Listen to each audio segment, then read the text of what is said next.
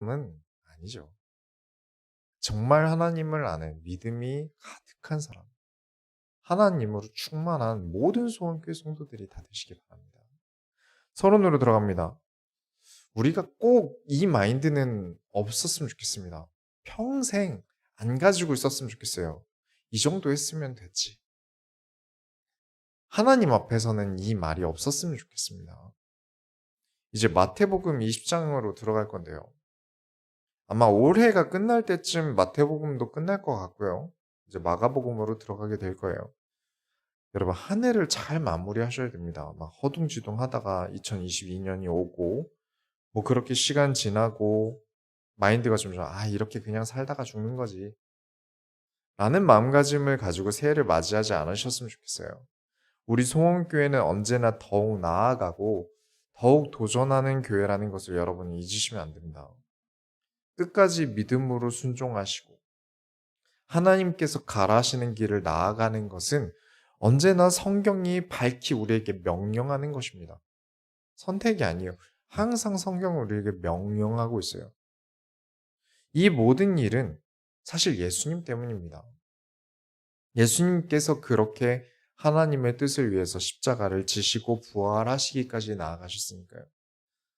성경을 보면요. 하나님 말씀대로 나라를 잘 이끌고 나라를 구하고 전쟁에서 승리했던 사람들이 있어요. 근데 이 사람들이 언제부터 갑자기 하나님 말씀을 듣지 않고 죄를 계속 지어요? 언제부터였을까요? 이 정도면 됐지. 라는 마음가짐을 가질 때부터입니다. 이 정도 내가 믿음의 길을 걸어갔으면 됐지. 이 정도 내가 열심히 하면 했으면 됐지. 내가 이렇게까지 힘들게 살아왔는데 이제 나도 내 것 좀 챙겨야지. 내 욕망도 좀 챙겨야지. 그때부터 나라가 위기로 몰아가고요. 하나님께서 진노하실 일들을 이 사람들이 계속 터뜨리고요. 나라를 우상에 빠뜨리기도 합니다. 지금 우리라고 다를까요? 믿음의 길은 죽음까지 가셔야 됩니다. 죽음까지 순종하면서 걸어가는 길이 믿음의 길이에요.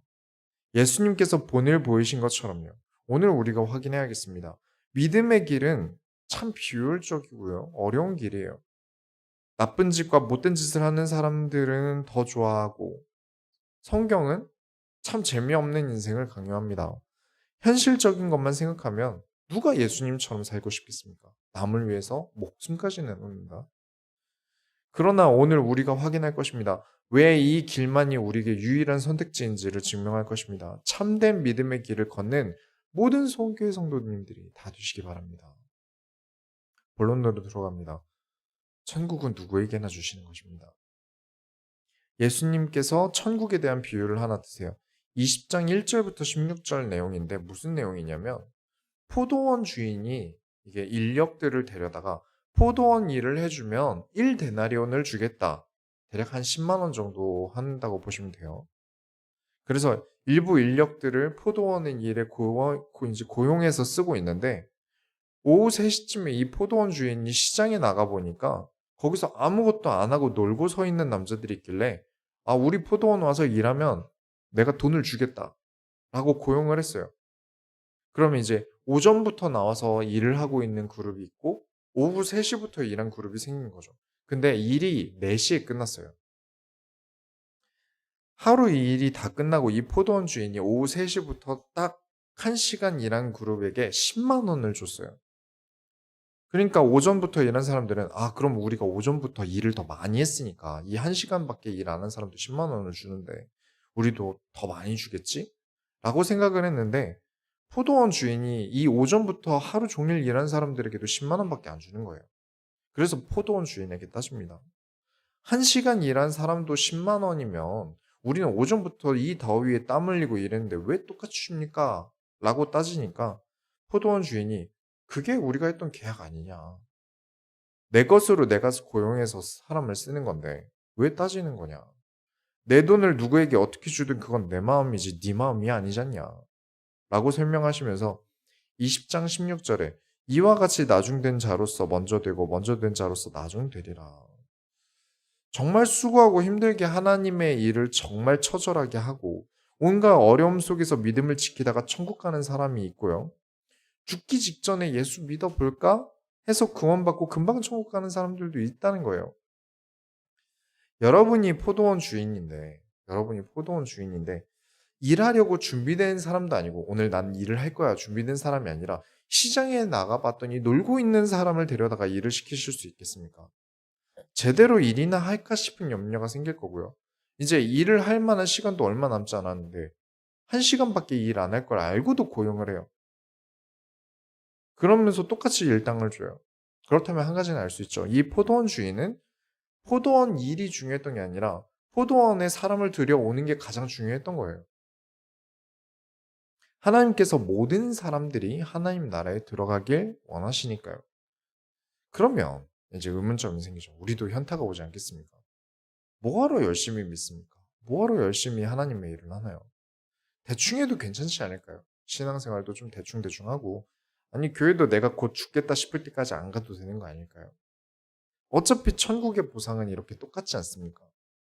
그래서 20절을 보시면 보상을 확실하게 받고 싶어서 한 사람이 예수님을 찾아와요.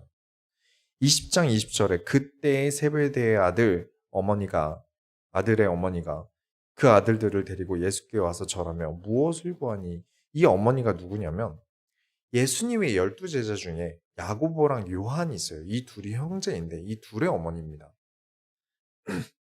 무엇을 예수님께 구하냐면 예수님이 왕이 되시면 예수님이 세우시는 나라에 저희 아들 둘이 예수님 오른쪽에 하나 왼쪽에 하나 있게 해주세요. 마가복음에는 이제 어머니가 아니라 야고보와 요한이 찾아왔다. 예수님 옆자리 주세요 라고 했다고 해요. 결국 셋 다 온 거로 저는 보고 있습니다. 왜냐면 22절에 그들이라고 되어 있거든요. 예수님이 세우시려는 나라와 이 어머니가 생각하는 예수님의 나라는 완전 다릅니다. 같지 않아요. 그러니 예수님도 20장 22절에 예수께서 대답하여 이르시되 너희는 너희가 구하는 것을 알지 못하는도다. 내가 마시려는 잔을 너희가 마실 수 있느냐? 그들이 말하되 할 수 있나이다. 할 수 있다고요. 예수님이 십자가 못 박히실 때 제자들이 전부 도망간 거 여러분 기억하시죠? 어려운 일이에요. 본능적으로 피하게 될 거예요. 예수님을 부인할 수밖에 없을 것이고요. 20장 23절에 이르시되 너희가 과연 내 잔을 마시려니와 내 좌우편에 앉는 것은 내가 주는 것이 아니라 내 아버지께서 누구를 위하여 예배하셨는지 그들이 얻을 것이니라. 그러면 하나님이 이 예수님의 양 옆자리를 이미 내정을 하셨나 봐요. 누굴까요? 베드로일까요? 빌립일까요?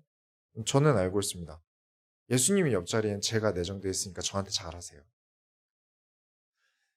저뿐만이 아닙니다. 우리 모두가 지금 예수님 곁에 있습니다. 우리가 다 예수님 옆자리에 있어요. 예수님이 십자가를 지실 때 그 옆에 함께 낙원 가기로 한 그 죄인도 예수님 옆에 있었습니다. 아무것도 안 했고 그 죄인은 십자가에 못 박힐 때 그 옆에 있었는데 너가 나와 함께 낙원에 있으리라 하셨어요. 우린 다 하나님 자녀라면 예수님 곁에 있습니다. 예수님과 함께 있습니다. 예수님의 십자가가 부당하나 우리를 위하여 죽으셨음을 아는 우리가 예수님 곁에 있습니다. 그리고 예수님은 언제나 내 안에 계십니다. 우리 소원교회와 함께 하십니다. 우리 소원교회 모든 성도님들과 함께 하십니다. 마치 포도원 주인처럼 누구에게나 포도원을 들어올 기회를 열어주시고 누구와도 다 함께 하시고 누구와도 곁에 계세요. 두 번째, 그러면 이제 누가 높을까요? 우리 다 어차피 똑같이 예수님 곁에 있는데 그럼 누가 높을까요? 20장 24절에 열 제자가 듣고 그 두 형제에 대하여 분이 여기거늘 화낼만 하죠. 누군 엄마 없냐? 니들만 아들이냐? 이 일에 대해서 누가복음에는 제자들이 누가 높냐는 다툼이 일어났어요. 남자들 세계는요. 서열 정리가 되게 중요합니다. 되게 예민해요. 나이라는 기준마저 사라지면 또 더 난리가 날 거고요. 제가 다니는 이 주짓수 도장에 제일 오래 다니신 분이랑 얘기를 하는데 공통적인 게 있었어요. 주짓수는 휜띠 때 가장 박이 터진대요. 가장 어렵다는 거예요. 왜 어렵냐면 가장 많이 다치고요. 온몸이 만신창이가 돼요. 병원도 엄청 많이 다니고요. 왜냐면 기술은 없는데 이 남자들이 지기가 싫은 거예요. 내가 이 도장에 제일 못하는 사람, 제일 약한 사람이 되기 싫은 거예요. 그래서 막 억지로 악으로 하다 보니까 이제 온몸이 다치고 어디가 꺾이고 병들고, 여기서 분명히 내가 졌는데도 졌다고 인정하기 싫어가지고 온몸이 뒤틀리고, 그래서 병원을 진짜 자주 간대요. 그래서 생각해보니까 그래요. 저도 그랬던 것 같고요. 그만큼 서열이라는 게 예민한 게 남자예요. 물론 전부는 아니겠지만 그래도 많은 숫자의 남자들이 그런 게 좀 있어요. 하물며 지금 12제자들 중에서도 1위가 되면요, 이 사람들이 생각하는 예수님의 나라는 전 세계를 잡는 초강대국 나라를 원하고 있는데, 이 서열 싸움은 엄청난 거죠. 25절에 예수께서 제자들을 불러다가 이르시되 이방인의 집권자들이 그들을 임의로 주관하고 그 고관들이 그들에게 권세를 부리는 줄을 너희가 알거니와, 너희가 서열을 정리하고 높은 자리에 올라가려는 이유가 너희보다 권력자들이 너희에게 행동하려던 그 행동하려고 높은 자리에 올라가려는 거 아니냐. 니들이 다를 게 뭐냐. 그들이 너희를 마음대로 할 수 있었던 것이, 로마 속국으로 사는 것이 그렇게 싫던 너희가 그들이 하던 대로 하고 싶어서 지금 서열 싸움하는 거 아니냐. 26절부터 27절에 너희 중에 그렇지 않아야 하나니 너희 중에 누구든지 크고자 하는 자는 너희를 섬기는 자가 되고 너희 중에 누구든지 으뜸이 되고자 하는 자는 너희의 종이 되어야 하리라. 최근에 어떤 목사님이 이제 이게 좀 인터넷으로 또 가까이 하게 되고 교류를 하다 보니까 찾아오셨어요. 일산에서 찾아오셨어요. 그래서 이런저런 이야기를 많이 드렸는데, 그분이 목사 안수를 받으신 지 이제 한 달 채 안 됐어요. 그래서 이제 먼저 목회를 하고 개척을 해서 담임 목회를 하고 있는 입장에서 그분께 말씀드렸던 게 뭐였냐면, 잘 되고 안 되고랑 상관없이 건강한 목사님이 되셔야 됩니다. 라고 말씀을 드렸어요. 그냥 신체가 건강한 목사님을 얘기한 게 아니라 신앙이 건강한 목사님이 되셔야 합니다. 라고 말씀을 드렸어요. 28절에 인자가 온 것은 섬김을 받으려 함이 아니라 도리어 섬기려 하고 자기 목숨을 많은 사람의 대속물로 주려 함이라. 예수님을 따라 너희는 종이 되어야 할지라. 나는 내 목숨을 대속물로 주려고 한다. 예수님을 따라 자기 목숨을 많은 사람의 대속물로 줄 수 있는가? 그 질문은 예수님께서 내 잔을 받을 수 있겠느냐 하셨던 질문과 동일한 겁니다. 신앙이 건강한 목사랑 성도의 일을 내 책임인 줄 아는 사람이라고 저는 생각합니다. 물론 이 한마디로 정의할 수 있는 게 아니지만 큰 퍼센트를 차지하고 있어요. 왜냐? 사도, 제사장, 전부 예배와 성경에 연관되어 있는 사람들인데, 출애굽기에 보면요, 이 문둥병, 나병, 전염병이란 말이에요. 그래서 이 사람들을 진영 밖에 두라고 했습니다. 그리고 아무도 만나지 못하도록 격리를 시켰어요. 그리고 그들을 부정하다고 여겼습니다. 그래서 아무도 만나지 못하게 했는데, 이 사람들을 찾아가서 환부를 들춰보고 점검해야 되는 사람이 제사장입니다. 자기가 옮을 수도 있는데도 가서 봐야 했어요. 하나님이 일부러 제사장을 그렇게 가르치신 겁니다. 왜냐? 이 백성들의 책임은 제사장 너에게 있다. 온 교회의 책임은 사도에게 있다. 교회에서 일어나는 모든 책임은 목사에게 있다. 이 마인드를 가지고 있는 사람이 건강한 목사라고 저는 생각합니다. 목사만 그래야 된다? 그것도 아닙니다. 마태복음 18장에 믿음이 성장할수록 주변을 돌아보는 게 정상이라고 말씀드렸습니다. 먼저 목회자가 목자로서 먼저 앞서 일할 뿐이고, 먼저 그렇게 돼야만 목사가 돼야 되는 게 맞기 때문에 그런 것이지, 성도의 믿음이 성장했다는 증거는 주변을 돌아본다는 데 있습니다. 섬김이 없다? 섬김 받으려고만 한다? 자신의 권리만 생각하고 자기 자리만 생각한다? 주변에 대한 비판밖에 없고 선행이 없다? 믿음이 없다는 반증입니다. 이 이야기는 이미 이전에 가르치신 내용이에요. 안 가르치신 게 아니죠. 이미 마태복음 18장에 천국에서 누가 큰가 제자들이 질문했고, 그 가르침이 마음속에 남아있지 않은 것 같아요. 여러분, 이 소원교회를 사랑하고 하나님의 말씀을 사랑하는 우리 성원교회 성도님들이 천국에서 가장 높습니다. 그 믿음을 가지시기 바랍니다.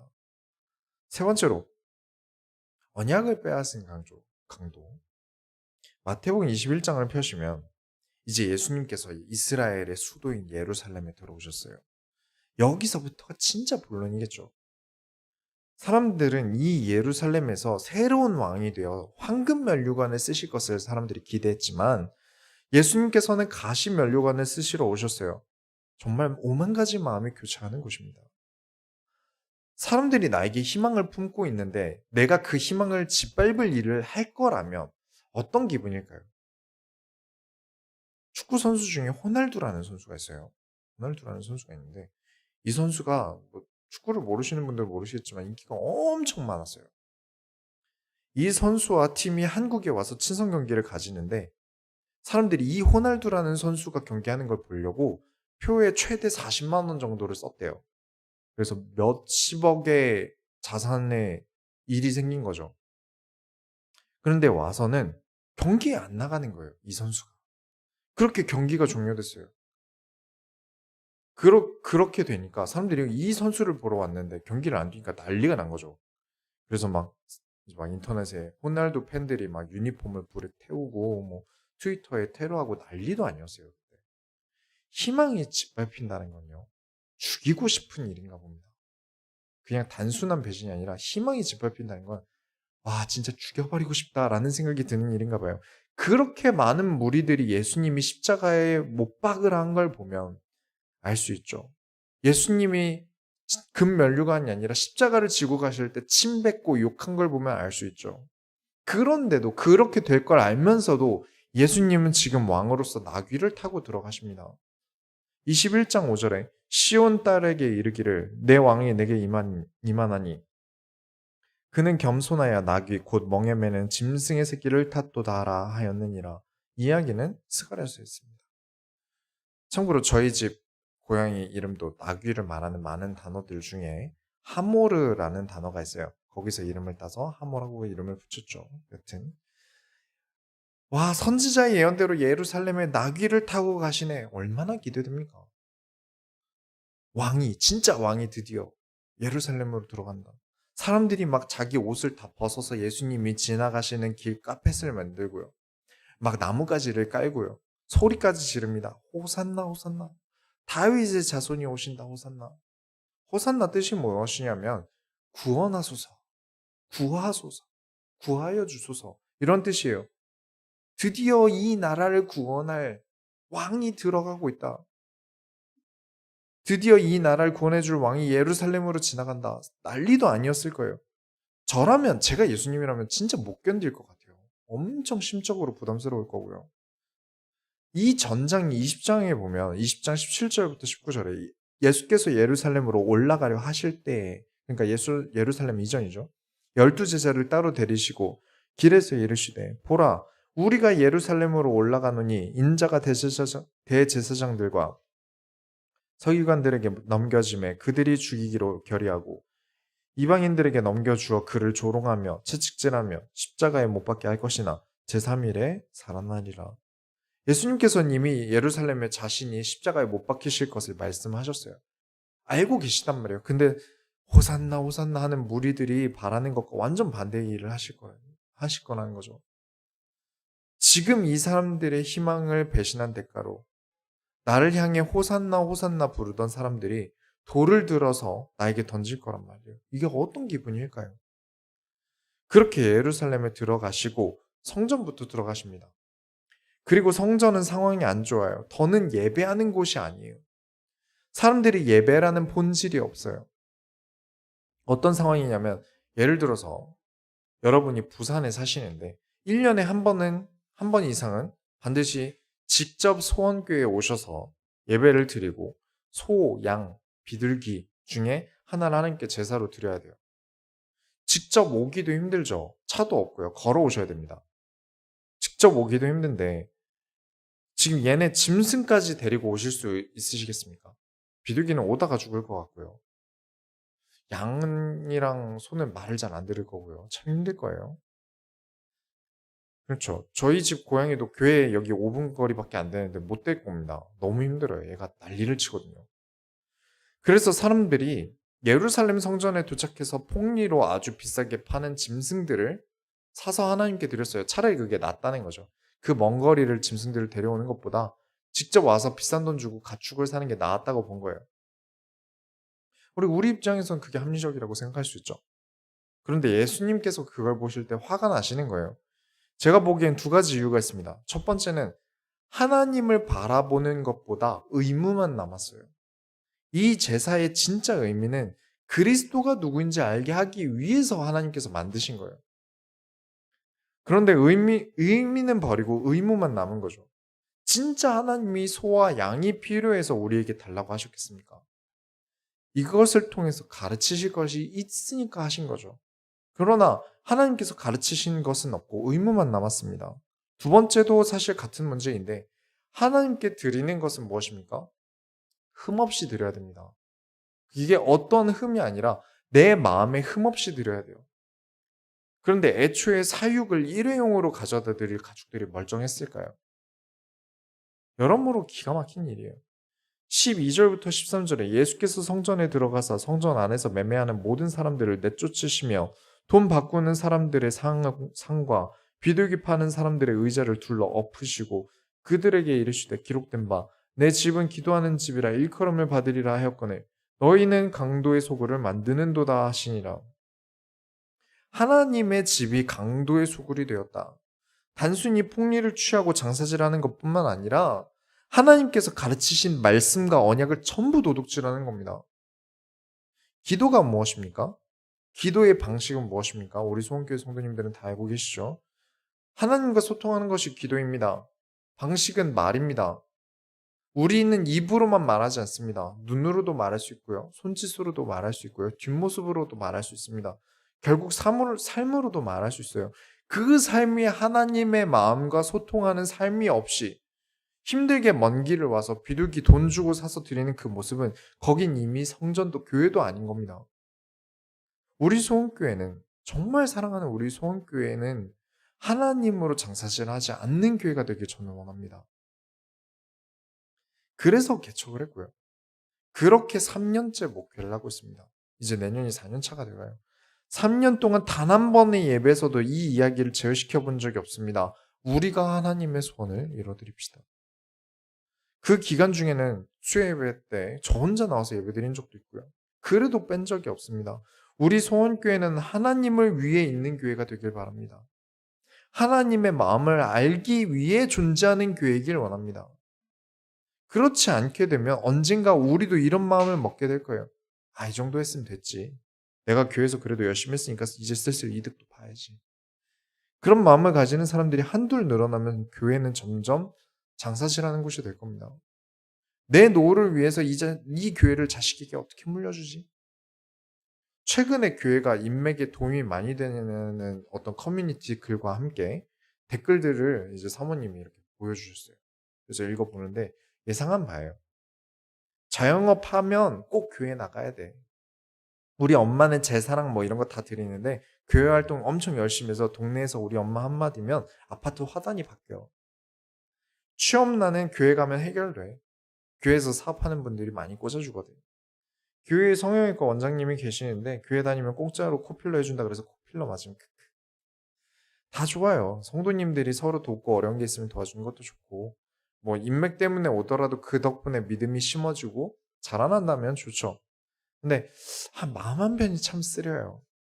그런 이용 가치를 보고 오는 것은 이해하지만 철저하게 믿음 좋은 척하고 이용만 하고 있는 게 참 마음이 아파요.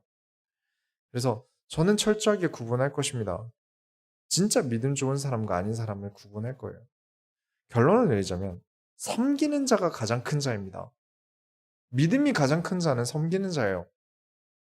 이 정도 예수님 따라다녔으면 나도 한 자리 차지해야지. 이 정도 했으면 나도 이득 좀 봐야지. 그런 마음을 우리가 먹을 수 있지만 예수님은 다르셨습니다. 나귀를 타고 죽으러 들어가셨어요. 죽기까지 하나님을 위해 섬기고 가셨습니다.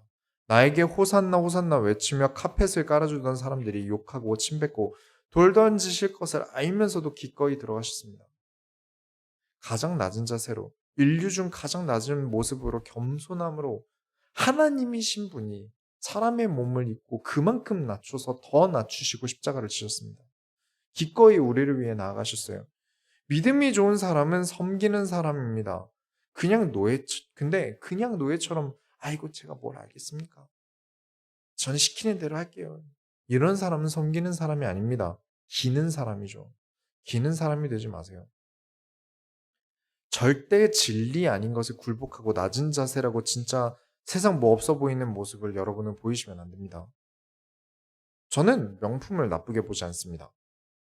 뭐 좋은 차, 교만하다고 절대 생각하지 않습니다. 여러분 다 비싼 차 끌고 오셔도 괜찮아요. 교만한 사람이 좋은 차로 교만을 티내는 게 교만한 거죠. 어떤 문화도 나쁜 건 없습니다. 나쁘게 쓰는 사람이 있는 거죠. 명품은 가만히 있습니다. 그걸 들어서 사람 마음을 해치는 흉기로 쓰는 사람들이 있기 때문에 문제인 거죠. 누군가 나를 업신여기고 작정하고 온다면 명품 걸치고 가는 거 저는 좋다고 생각합니다. 이게 육아 관련돼서 보는데 육아휴직을 했거나 자영업자라 아이를 낮에 돌볼 시간이 있는 아버지들이 아이를 안고 산책을 하거나 아이를 데리고 병원을 다녀오거나 할 때 자꾸 뒤에서 소리가 들린대요. 에휴 얼마나 할 짓이 없으면 남자가 낮에 애를 보노. 회사 잘렸나 백수겠지. 그러니까 저러고 돌아다니는 거겠지. 에휴 능력도 없는데 애는 싸질렀네. 이런 얘기가 자꾸 뒤에서 들린대요. 왜 그런 말을 다 들리게 할까요? 이 뚫린 입이 문제예요. 그래서 그 아버님이 아이를 안고 나갈 때마다 명품을 갑옷처럼 풀템으로 이렇게 두르고 나간답니다. 저는 그런 거 아주 잘했다고 생각해요. 여러분 섬기세요. 가진 게 있어야 섬기는 겁니다. 교회 부서 하나 애들 뭐 먹이는 것도 능력입니다. 없으면 섬길 수가 없어요. 너는 최고다. 너는 존귀하다. 성도들께 서로 그러고요. 가족에게도 그러시고요. 세신자가 와도 그렇게 하세요. 아무 능력도 없고 가진 게 없기 때문에 섬김받고 싶어 하는 겁니다. 성도를 섬기고 가정에서 아내와 남편을 자녀를 섬기세요. 우리는 또 세상도 섬겨야 됩니다. 그런데 확실히 말씀드리자면 섬기라고 말씀드렸지 기라고 말씀드린 거 아닙니다. 예를 하나 들어보죠. 10계명 중에 부모를 공경하라는 계명이 있지 않습니까? 그래서 부모 아니면 다 들어드리라는 말일까요? 부모를 공경해야 되니까 부모님 시키는 거면 다 해야 된다. 부모님이 만약에 당뇨가 엄청 심하신데 자꾸 사탕을 달래요. 하리보, 마이구미, 마이쮸, 새콤달콤 등등 계속 달라고 하시는데 그걸 드리는 게 공경이고 효도일까요? 아니죠. 그건 공경도 아니고 효도도 아닙니다. 섬긴다는 것이 달라는 거 다 주고 맞아달라는 거 다 맞아주고 이용하는 거 다 이용당하는 게 섬기는 거 아닙니다. 무엇이 이 사람을 성전답게 만들 것인가? 교회에서 성도답도록 답게 살게 할 것인가? 어떻게 하면 예수님을 마음의 자리에 최고로 모실 수 있게 할 것인가? 그게 섬기는 거예요. 그 사람이 예수님 오른편 왼편에 있는 사람입니다. 왜죠? 왜 그렇게 섬기는 사람이 가장 높은 자일까요? 가장 예수님이 원하시는 일을 하고 있지 않습니까? 가장 소통이 됐기 때문에 그래요. 그 사람이 가장 예수님과 가장 가까이 있는 사람이기 때문에 예수님이 원하시는 일들을 곳곳 하는 거예요. 그 마음을 알고 움직일 만큼 가까운 거리라는 거죠. 그 의미로 다시 한번 보겠습니다. 20장 25절부터 27절에 예수께서 제자들을 불러다가 이르시되 이방인의 집권자들이 그들을 임의로 주관하고 그 고관들이 그들에게 권세를 부리는 줄을 너희가 알거니와 너희 중에는 그렇지 않아야 하나니 너희 중에 누구든지 크고자 하는 자는 너희를 섬기는 자가 되고 너희 중에 누구든지 으뜸이 되고자 하는 자는 너희의 종이 되어야 하리라. 예수님께서 지난주에 말씀드린 세 가지 부류 중에 무리가 되어 병 낫고자 오는 사람들에게 어떻게 하셨죠? 다 해주셨습니다. 병 낫게 해주셨어요. 그러나 나를 이용하고 나를 깔고 들어가려는 사람에게는 쓴소리도 마다하지 않으셨습니다. 이렇게까지 강조하는 이유는 늘 극단적으로 생각하시는 분들이 실수를 많이 하셔서 그래요. 겸손하라고 했더니 손해만 봐요. 섬기라고 했더니 기기만 해요. 자유를 주셨다 했더니 막 살아요. 이렇게 극단적인 사람들이 있어요. 성경의 신비한 일을 보고 신비한 일을 얘기했더니 신비하려고만 해요. 정말 지혜가 많은 섬김을 여러분이 하시기 바랍니다. 그래야 우리가 세상을 승리합니다. 종되는 것 같으나 가장 큰 자라 여김 받을 것입니다. 정말 사랑이 넘치기에 이 사람에게 필요한 것을 주는 섬김을 여러분이 하시기 바랍니다. 아무 말이나 다 해놓고 널 위해서 하는 말이야. 제발 그러지 마시고. 섬김을 가장한 막말하지 마시고 정말 공감과 이해가 있는 말을 정말 공감과 이해가 있는 많이 가진 사람으로서 섬김이 있길 바랍니다. 누구처럼요? 예수님처럼요. 우리가 하나님의 손을 들어드립시다. 하나님, 우리가 섬기는 자가 되어 예수님이 원하시는 삶을 살고 그만큼 예수님과 가까이 하며